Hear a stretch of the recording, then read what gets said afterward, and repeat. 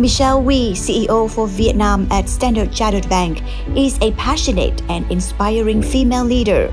Her journey with the bank started in 2021, an unprecedentedly challenging year as the country was hit with the fourth wave of COVID-19. Despite this, she was able to have led the bank to reach its financial and development goals. Michele is a strong advocate for diversity and inclusion, saying diversity is a fact, inclusion is a choice, and that gender should not be the barrier of development.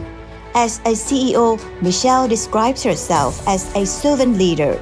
She sees the success of individuals and organizations as motivation to move forward and thinks that the key to creating passion and energy in the workplace is by doing and leading by example.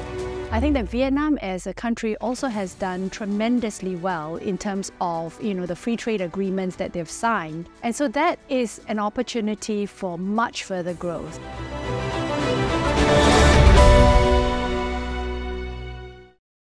Hello, and you're watching Vietnam and I on FBNC. I'm Trình Lee. Today I have the privilege of hosting an exceptional guest, a dynamic and dedicated leader with a profound commitment to advancing diversity and inclusive in the corporate world. Currently serving as the CEO of Standard Chartered Bank Vietnam. Please join me in extending a warm welcome to Miss Michele Wee. Hi, everybody. Hi, Trình. Miss Michele Wee, thank you for joining us today. I'm so delighted to have you on the show. Privilege is mine.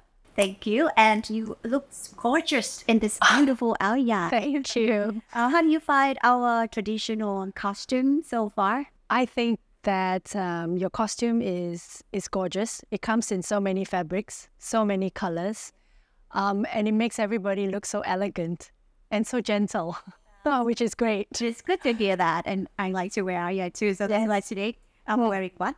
Now, I've read as many articles about you as I can, and I know that you have started your career in finance banking for many years ago. Yes. In general, and at Standard Chartered Bank in particular. But how is your Vietnam story, how it began, and what motivated you since the first place? Wow. Okay. So I've been in Vietnam for 3 years now. I remember the first time my company approached me to ask me, would you consider going to Vietnam? And at that time, I recall doing a lot of research on your country. And I saw that in terms of the GDP that the country was delivering 10 years prior to 2019 was a phenomenal 6% average year over year. And to a banker, economic activity means there is work to be done. And that got me really, really excited. The second thing that I looked at was the proximity to my home, Singapore. And that was important to me because I also wanted to be close to my family, my mom and my dad. And I wanted the children to make sure that, they were also comfortable, that they could be close to grandma. But they were here with me now.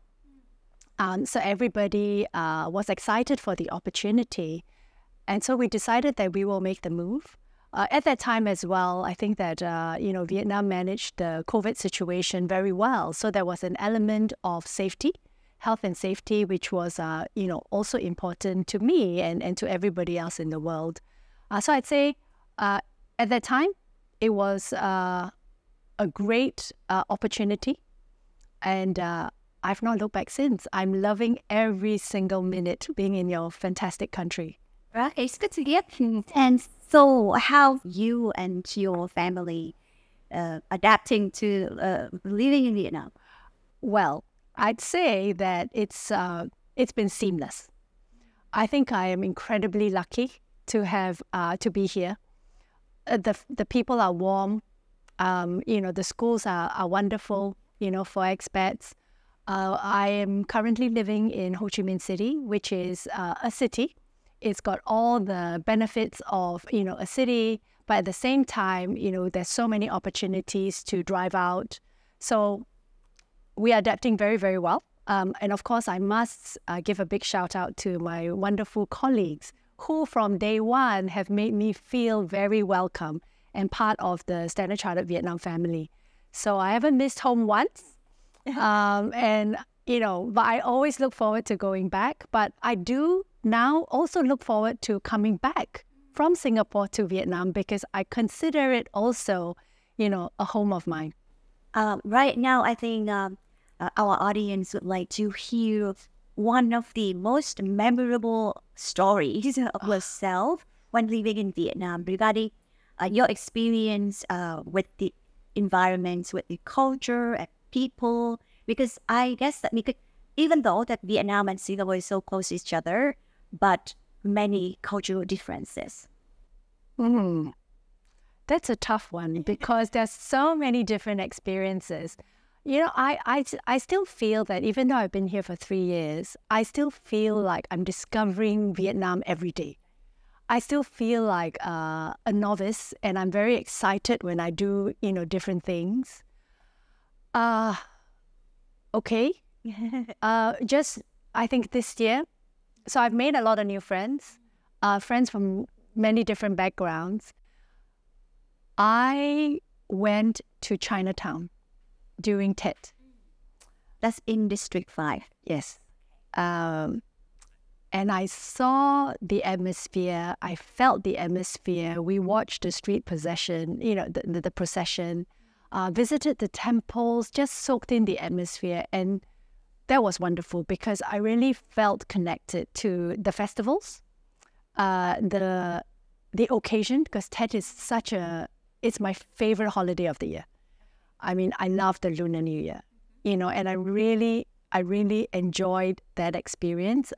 I would not have done that in Singapore. It was so refreshing. It was really nice. I think I want to do it again this Tet, you know, here in Vietnam. It's just different, you know, there was just so many more people. So many more people. So that's the first thing. And then the other amazing thing that I did was I went to kite flying. Kite flying? Yes. Okay, with your boys then? My boys went with my friends who actually organized a small little group of foreigners, mainly foreigners, but also with some locals, and kind of took us on a little mini day tour. And it went to this place to fly kites. In Singapore, I've never flown a kite before, and that was really nice as well. And I was amazed at the number of kites, the sophistication of the kite. It was amazing. And it was not in Ho Chi Minh. It was actually, you know, it's about 1.5 hours out. And that was lovely. I really felt that I was looking at, you know, family Vietnam and the community and how people enjoy the simple things in life. And it was just really nice. So I enjoyed that a lot. Right. And I also know that you really love to shop. And then you have visited many local markets as well. Yes. Share with us that experience.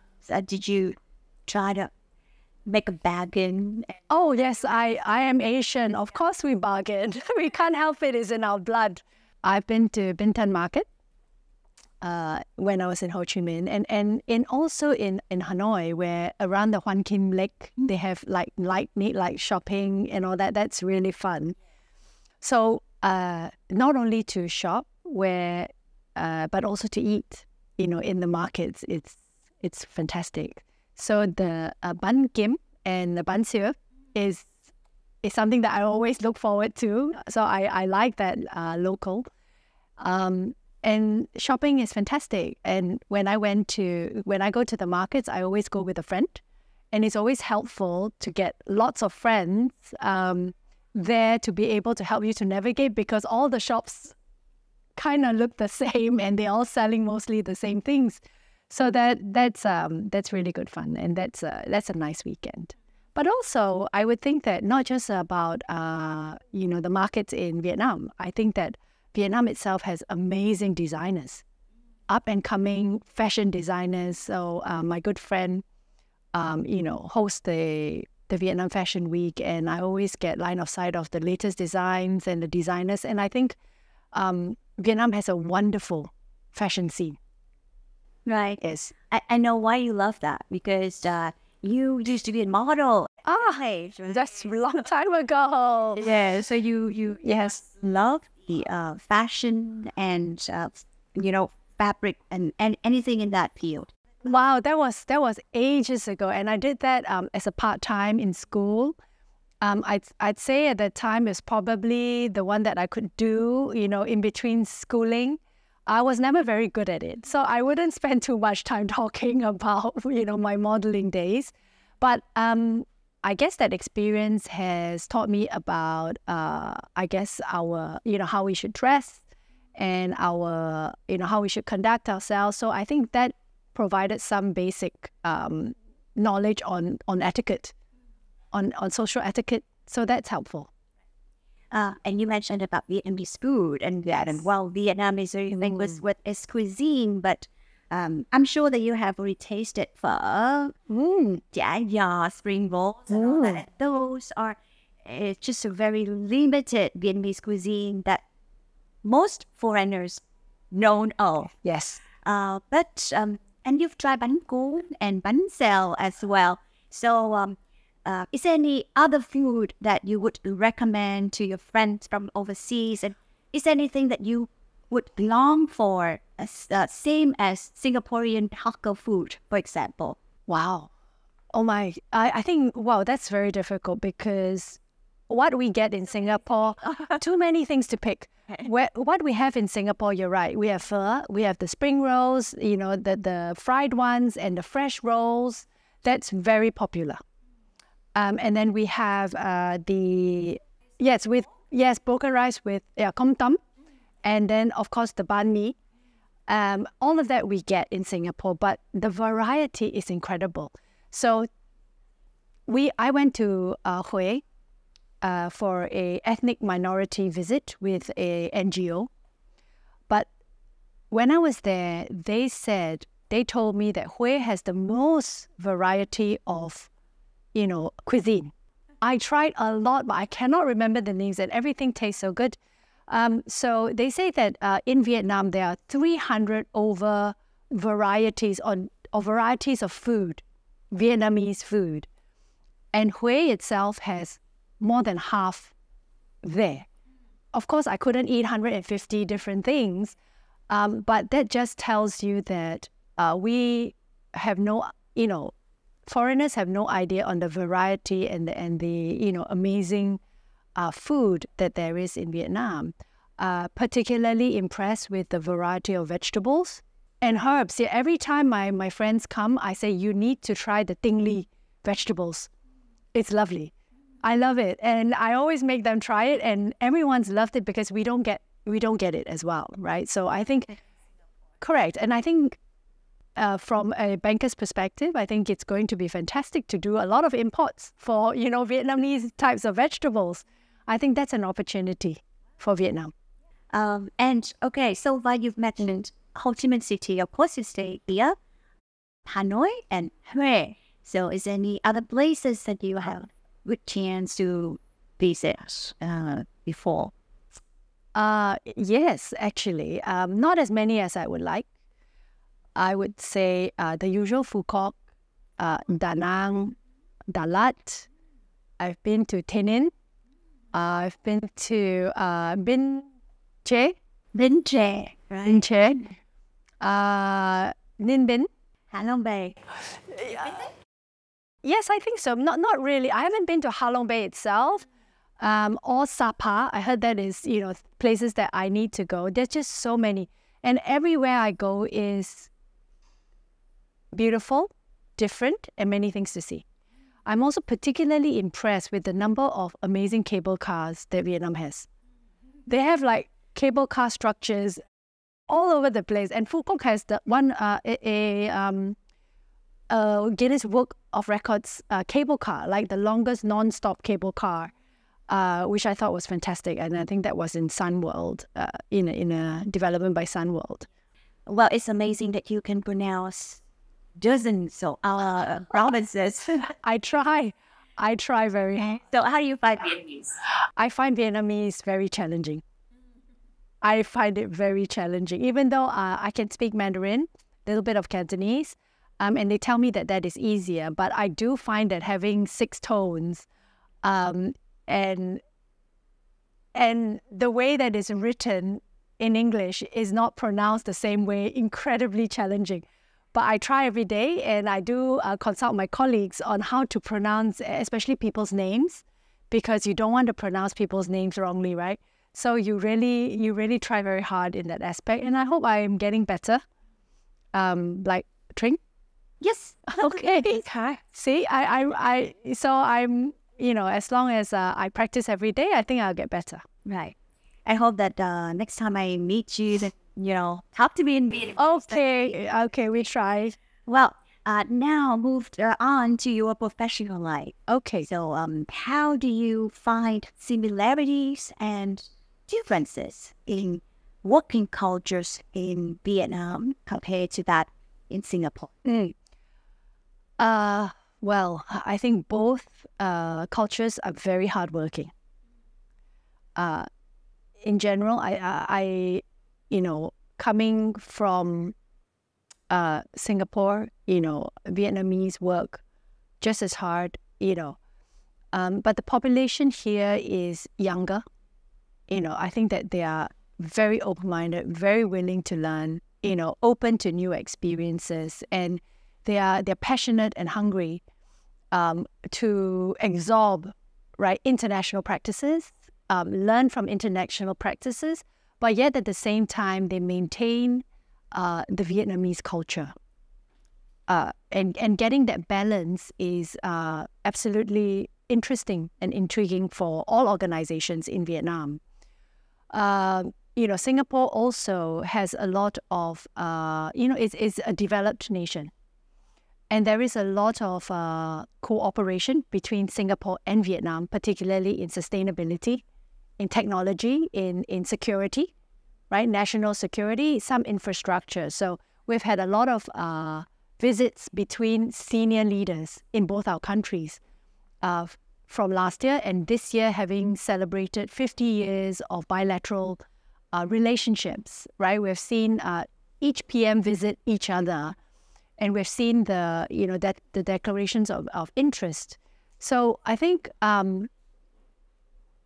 that sets a very nice foundation for technology transfer, for knowledge transfer for the citizens of Vietnam. So at the same time, I think that Singapore can learn a lot from Vietnam. Having benefited from being in both countries, right? To me, there's a lot of social, a lot of family, a lot of the soft side of Vietnam that we could import into Singapore, because we're really nucleus, right? As family. So I like that in Vietnam, and as an entity, because we are strong in 2 centers, we look forward to supporting and promoting this corridor between Singapore and Vietnam. And I think that the relationships between both countries are strong, and it will continue to grow even stronger, especially with some of the big projects that the 2 countries are working on. Right. And Michele, you are very well known as a person who is very passionate about diversity and inclusion at the workplace. So may I ask if this is due to your own struggles when you first entered the workplace? Wow, that was a long time ago. So I entered banking 30 years ago in the financial industry, and it was an incredibly different place from where banking is today. It was male-dominated. So I did have the experience of being in a very male-dominated, women were the minority.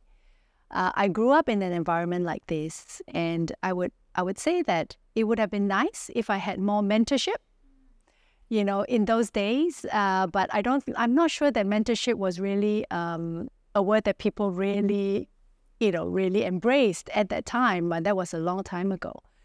So today, having been through all that, and having been educated through the years on diversity and inclusion in workplace, and being a senior leader in the banking industry, I do take it upon myself that nobody needs to go through, as a new person in a industry feeling like they're not supported.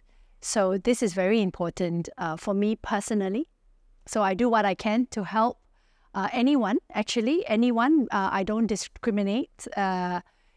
Females, I love to support. I've got many people who talk to me all over the world, even from my old roles. And, once in a while, if they need support, I'm there. But males also, in their journey, and largely about how do they navigate this new world of diversity and inclusion, gender equity.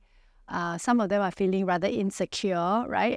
As more people are talking about female empowerment. But I'm liking what I'm seeing. I think that the whole female empowerment agenda has really accelerated in the last 10 years, right? Certainly in the banking industry, we are seeing that. In my organization, is something that has become a core pillar for us. So I'm in an environment where it actually supports diversity and inclusion. In fact, it insists on diversity and inclusion. It's something I'm passionate about. So I'm very aligned with the organization. So that makes me very comfortable and happy, to be able to do what I love, but also to be commercial about it in the organization. Okay. And you've shared that during those journey, you acknowledged the improvement. But so far, what is your perspective still on the Vietnamese working culture? And you think that Vietnamese companies have done a good job in making sure that their environments are safe and catered for female workers? That's a very big question. So let me try and break it down in a few parts. So the first one is laws and regulations, right? Or guidance by the regulators and the government. We have the gender equity law, and we have the other one called the labor code. So I think that these provide a really good foundation where private sector can really use to guide them in diversity and inclusion in their workplace. I think these laws have also changed or evolved to be more protection to empowerment. And that's a really nice change because people now start to understand that diversity and inclusion is very important. So maybe I break down also what diversity and inclusion actually means practically, right? So diversity is inviting everybody to the party. Everybody, please come. Inclusion is how do you get everybody to the dance floor where everybody wants to participate. So that's the challenge I feel right now where the whole world is going through. We talk about diversity and inclusion like it's very important. I totally agree, it is. But to walk the talk requires very precise and methodological procedures and processes to be able to implement. And clearly this is really dependent on the different industries. In Vietnam, I would say it's a big place. So different provinces, we're talking about 63 provinces, might not be equal. And we're talking about backgrounds, and we're talking about even culture. And we've got our FDIs, which is foreign companies like us, who are influenced by our practices in the developed nations. So we are on a very good journey, I feel, but it is not equal.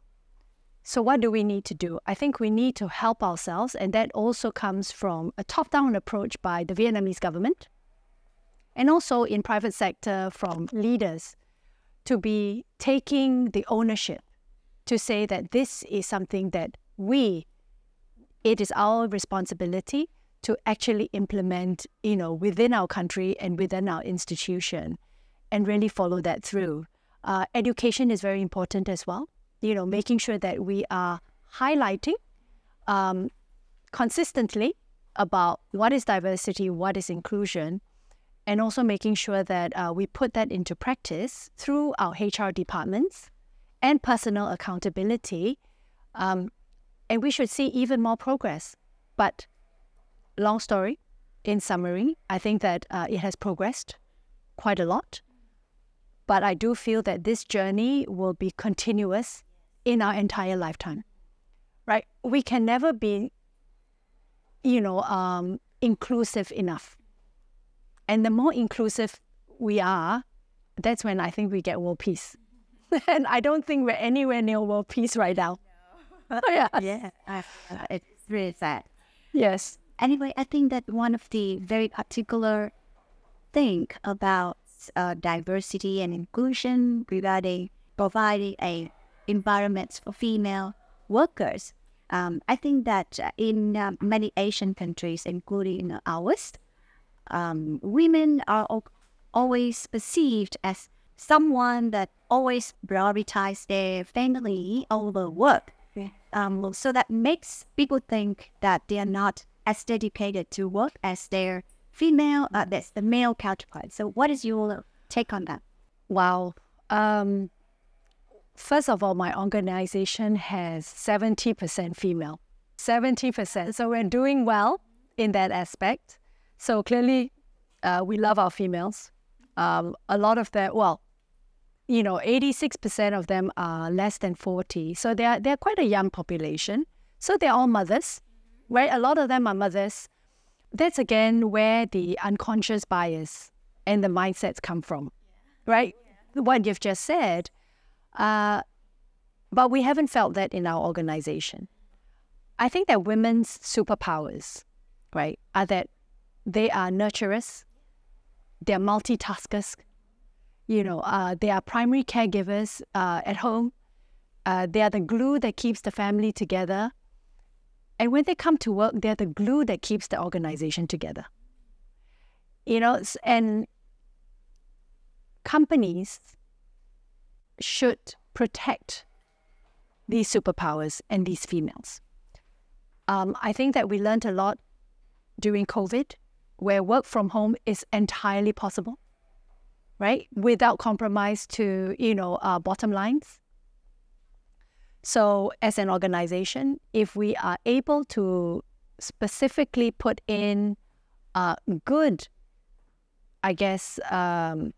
practices like flexi working to help females work from home, yet deliver the results, I think that's very supportive of an environment, having proper childcare. But in Asia, we are lucky because we do have the family support, and women can go out and work, right? And so I think that is something which we need to encourage a lot more of. In the banking industry, no one ever thought that they could work from home, but I think that that's all changed after COVID. And certainly, we see a lot more people working from home, and we support it as an organization officially. So that's been very, very helpful. Regarding the mindset change, I would say you need to educate, and we need to educate everybody. We have to stop thinking about it as a woman's problem. It is everybody's issue, because we know that with inclusion, we're able to produce more, we're able to deliver more, right, as our organizations. So we have to educate the men. We have to educate the females to expect more and not be, subconsciously feeling like they have to work, prove themselves even harder, work even more, and have that kind of stress, within themselves. Because we also talk about mental well-being, right? Physical well-being, it takes a lot of stress on, a person. So education is a very important part of, changing these mindsets. We are on a journey. Even in developed nations, you still have, some of these conversations going on. But in Vietnam, if the government continues to support, women empowerment, female leadership, and we start to produce the data that proves that organizations are better off commercially, then I think that would really help to accelerate, right, some of these challenges. Okay. And of course, there's no doubt that at Standard Chartered Bank, women is superpower there. So with the 30% of male colleagues, did you feel intimidated somehow? You know, I think they do, but the females are really nice to them as well. International Men's Day is coming, right? It's 19th of November, if I'm not wrong.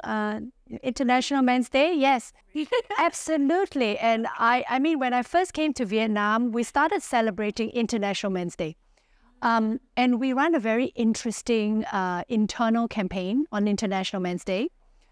We make the females vote for males, so they nominate their male colleagues who have made them feel special, supported, and just general good, good human beings who really exemplify and are role models for diversity and inclusion and gender equity and equality.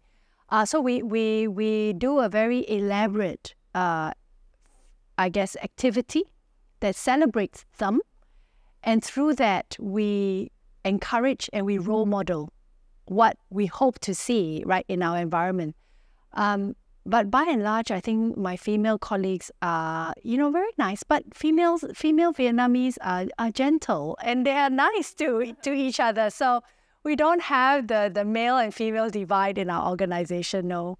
Yeah, in contrast, I think that it would be very stressful for your male colleagues, especially on Women International Day.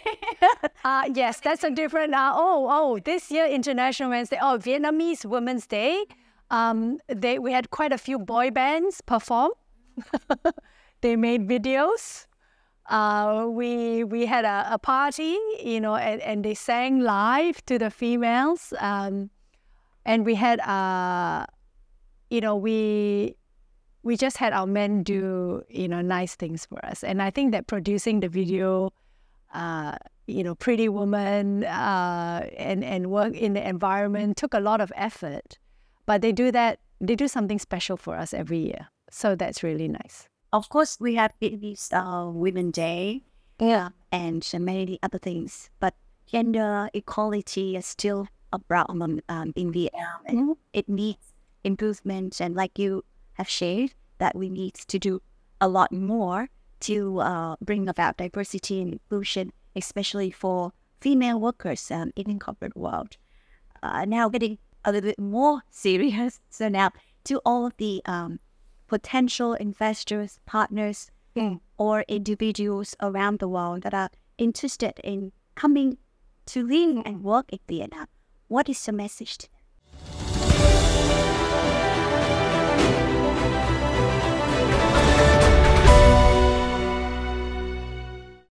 Standard Chartered has been in Vietnam for a long time, and next year we celebrate 120 years in Vietnam. So we are very vested in this country. But as I was saying earlier, before, how did I make the decision to come? I mean, with a phenomenal performance and track record of, GDP performance, 10 years prior to 2019, there is tremendous economic activity going on in the country. And also now looking at the current situation and the China Plus One strategy, all the salient points which has helped Vietnam grow all these years fundamentally are still there. They have a stable government. We have a young population, young, hungry, hardworking, a passionate population who is always willing to learn and to grow. Is very exciting. I think that Vietnam as a country also has done tremendously well in terms of, the free trade agreements that they've signed with many, many countries. And this year, I think 17 nations have celebrated the 50-year bilateral relationship with Vietnam. And so that is an opportunity for much further growth. The other thing that I really like is the efforts on sustainability.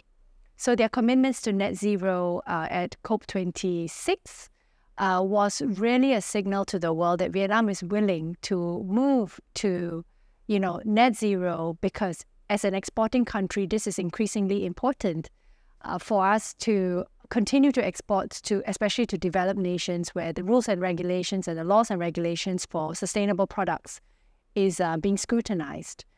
But overall, as a China plus one country, our forecast for Vietnam in the medium to long term is extremely positive.